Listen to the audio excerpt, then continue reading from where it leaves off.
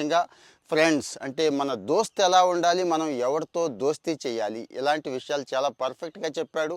మీకు ఉపయోగపడుతున్నాయి అని చెప్పి షేర్ చేస్తున్నాను.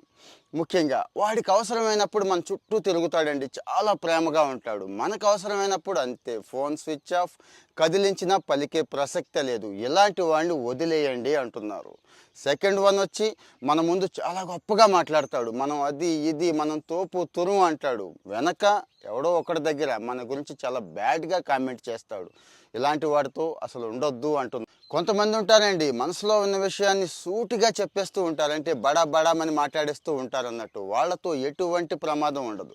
కానీ కొంతమంది దాచి దాచి నంగి నంగి మాట్లాడుతూ ఉంటారు చూడండి, వాళ్ళు చాలా ప్రమాదం. వాళ్ళకు కూడా దూరంగా ఉండాలి.